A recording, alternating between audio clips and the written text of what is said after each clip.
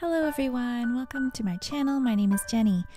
I'm here today to do a bit of a different style video, and we are going to be doing some art journaling together. So this is my setup for my current journal and sketchbook really, and what I'm trying to accomplish with this is to use it as a research tool for a body of work that I am beginning to create.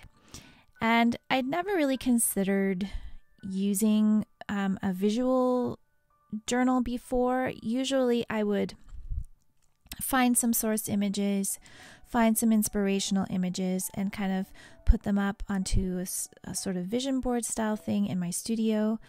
But I wanted to try out making individual sketchbooks and kind of art journal style collections for each of the different areas of research that I'm doing in this body of work. And so this video today that you're watching is me creating and kind of compiling those things, and I'm basing it on some books that I'm doing research out of as well.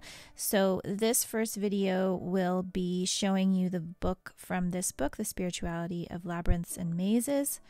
And what I did was I made some photocopies of some of the artwork in this book to kind of inspire just thinking about labyrinths and building up a kind of visual vocabulary about them.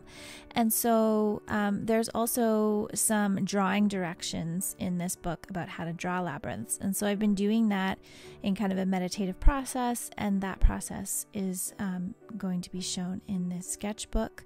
There's lots of different stuff going on about different areas where there are labyrinths, and that's also included in Chartres in France, which is a cathedral where there is a labyrinth that you can walk on the floor. And I did not go to that cathedral when I was in France in 2016, but I certainly will in future.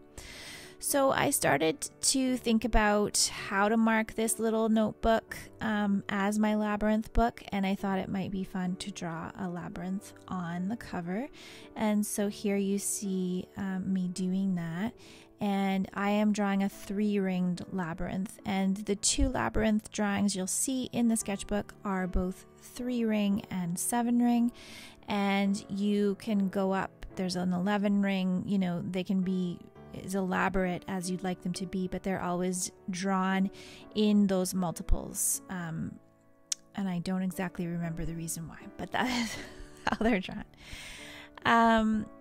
So this is the first time that I'm creating a dedicated sketchbook for a body of work, and what I hope this will do is it will allow me to kind of keep all my research in one place. What I've been discovering as I've been trying to begin compiling my research again is that over the last few years I have written notes in my notebooks, which I've talked about in some other videos, like my How I Explore Sketchbooks video, how I use sketchbooks. And in that sketchbook, I've got everything in there, but it's all in different places, and it is all kind of not where I need it to be necessarily, so that it's easy to find. So what I wanted to do for the labyrinth section of my work was compile a book that has everything about labyrinths in it, so that I can easily find the quotes, access the ideas and the images in a really, simplified manner for my filing system.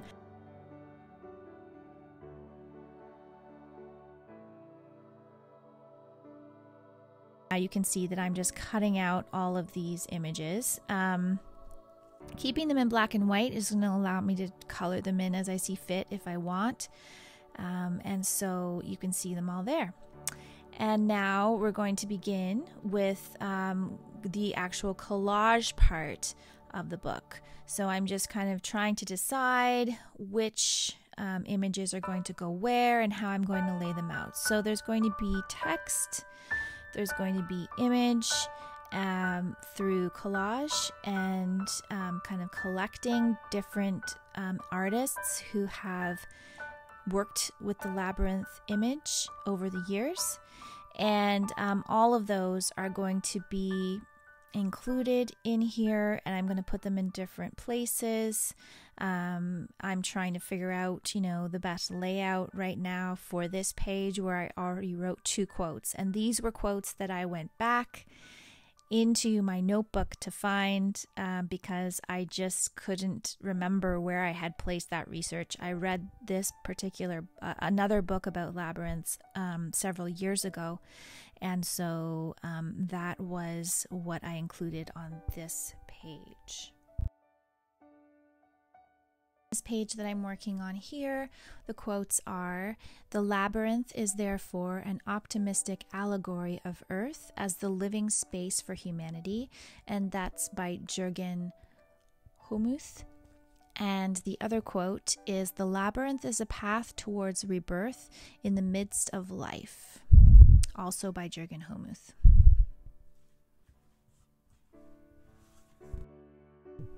So you may be wondering, why the labyrinth? What about the labyrinth why am I including the labyrinth in my work?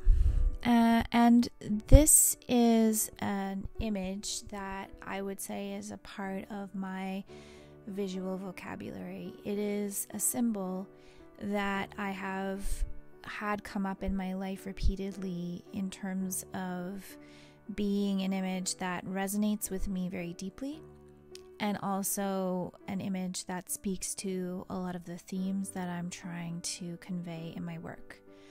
So I first made a piece including a labyrinth about 4 years ago, and I was using it then as a symbol of looking inward and the inward gaze.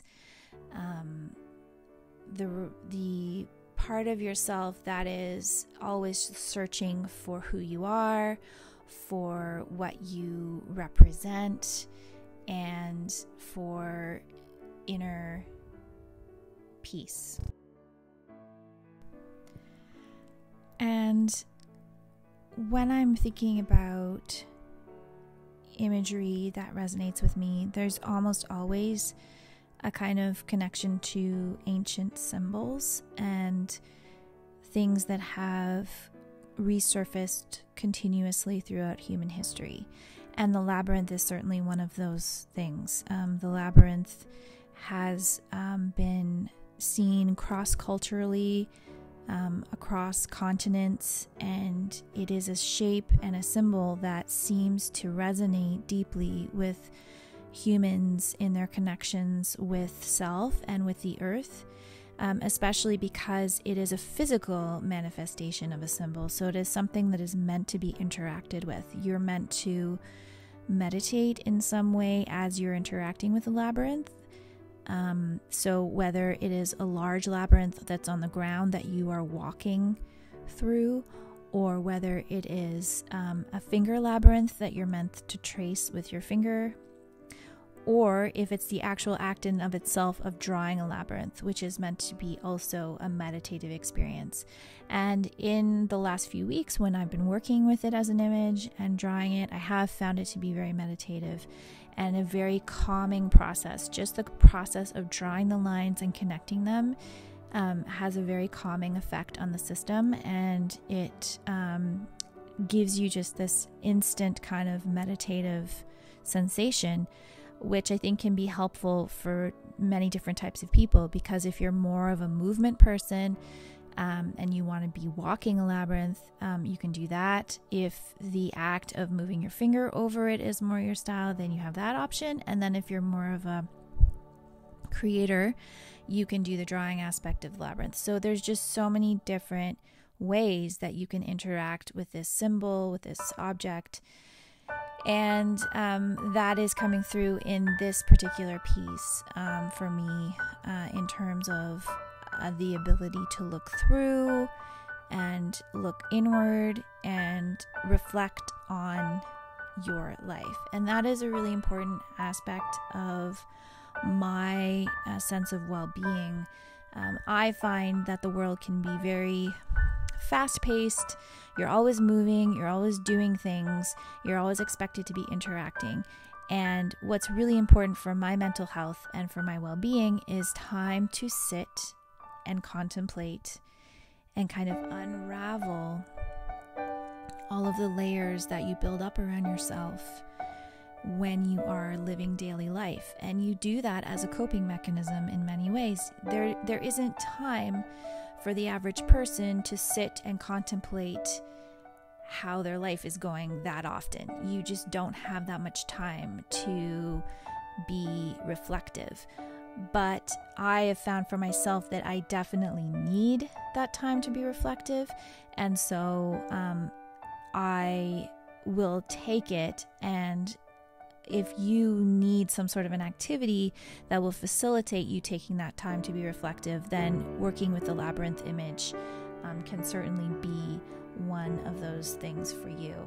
And I would deeply encourage you to try that and to use it as a meditative image yourself.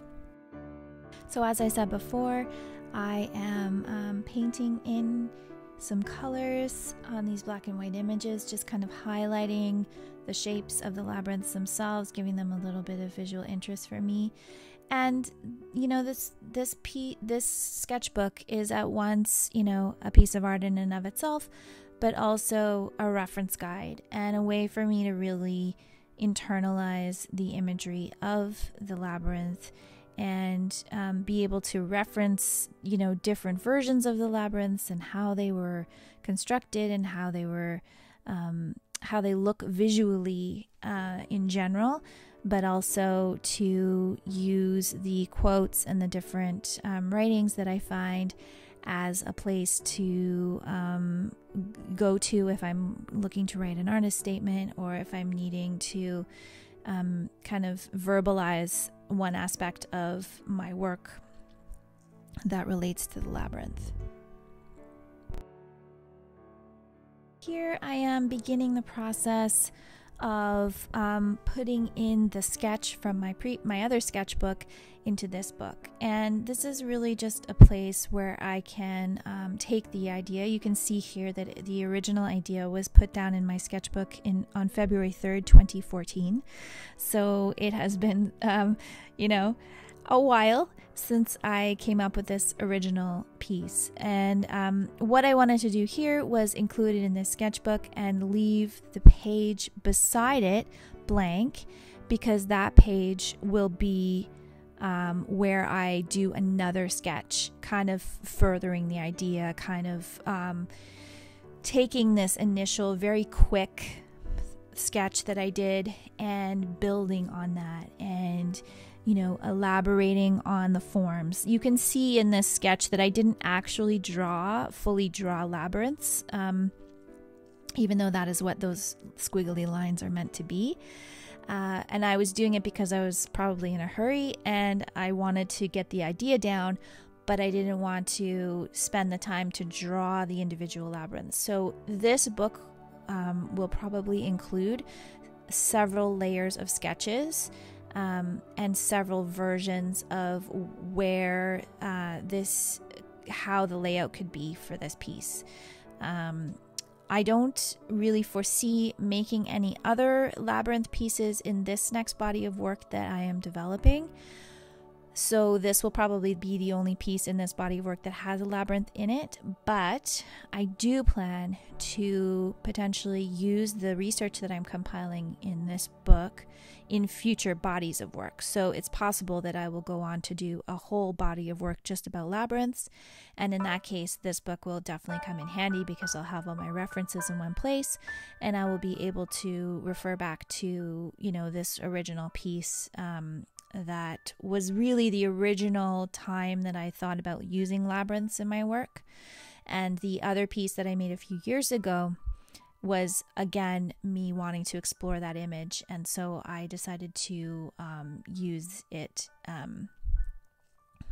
in that other piece as well. So it's definitely coming up in different work, and I'm really glad that I'm able to explore it like this and kind of keep revisiting this same image. So along with the sketch itself, I am also just including the notes. So you can see that I've folded up the notes because they wouldn't really fit on just the one page, and just folded them up so that I can open up those two little pieces, two flaps, and read the notes that I wrote on the inside. So the notes are really referring to some words that are referring to the source of the image for myself. So I wrote inner sanctum, whole cloth except inner circle, lace, red, question mark, embroidery, exploring the internal, the labyrinth, and my inner sanctum. So, those are just some notes that I wrote that I wanted to include in there so that it kind of reminds me of the source of the idea. Because while you're drawing it out, that's great. That's a great way, obviously, to keep the visual part. But there's also going to be some words for me, always some words that are floating around, that are coming up at the same time as the image. And I don't want to just sketch it and then not write down those words, because I may forget the complete context of what I was doing. So, so that's why I put those there. And then I decided to draw a little heart on the piece of paper. And, just to make it more visually interesting. And, it's also the heart of the matter. So I guess that's why a heart made sense as the image to be on the front of it. So yeah, this is actually really exciting for me, that I feel this, new kind of interest in exploring ideas deeper through this medium, and just kind of, using this small form of the sketchbook to really enhance the body of work itself, and to help me to develop my ideas a bit more concisely. Of course, when I'm working with cloth, and when I'm quilting and doing the work itself, a lot of things come up, and I don't always have a place to put these other things at the moment when I'm working on the cloth itself. So having this little book that will always be there and will be specifically about the labyrinths, I think is really going to help me. And I think in future, maybe rather than having one sketchbook where I'm putting everything in one sketchbook, having these smaller books will be a bit more, it'll just help me to stay more organized, help me to keep my thoughts more clear, because it can get really jumbled when you're filling up one big book, and you've got to go back through the books and try to find where you had that idea. And also because I use the notebooks as well, and I'm keeping a lot of the text in there, I've got to go back into these other notebooks, find that original text, either copy out the text into something else, or realize that it actually isn't really that pertinent anymore, so I don't really need it anymore. So I'm excited to try this method and see if this works a bit better for me in terms of keeping my ideas a little bit more concisely together.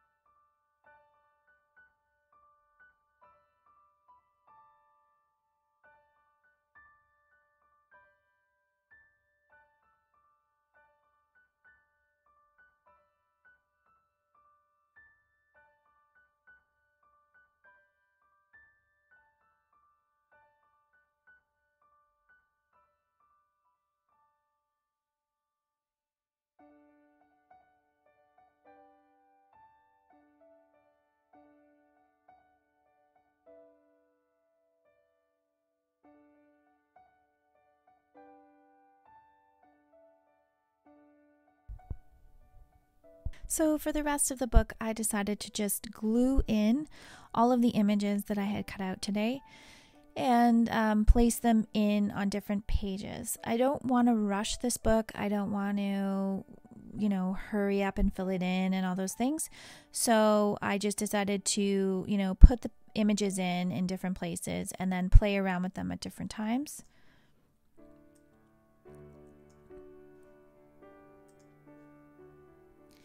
And so in the end, I've got a great start on this book, and I can look through at the images anytime.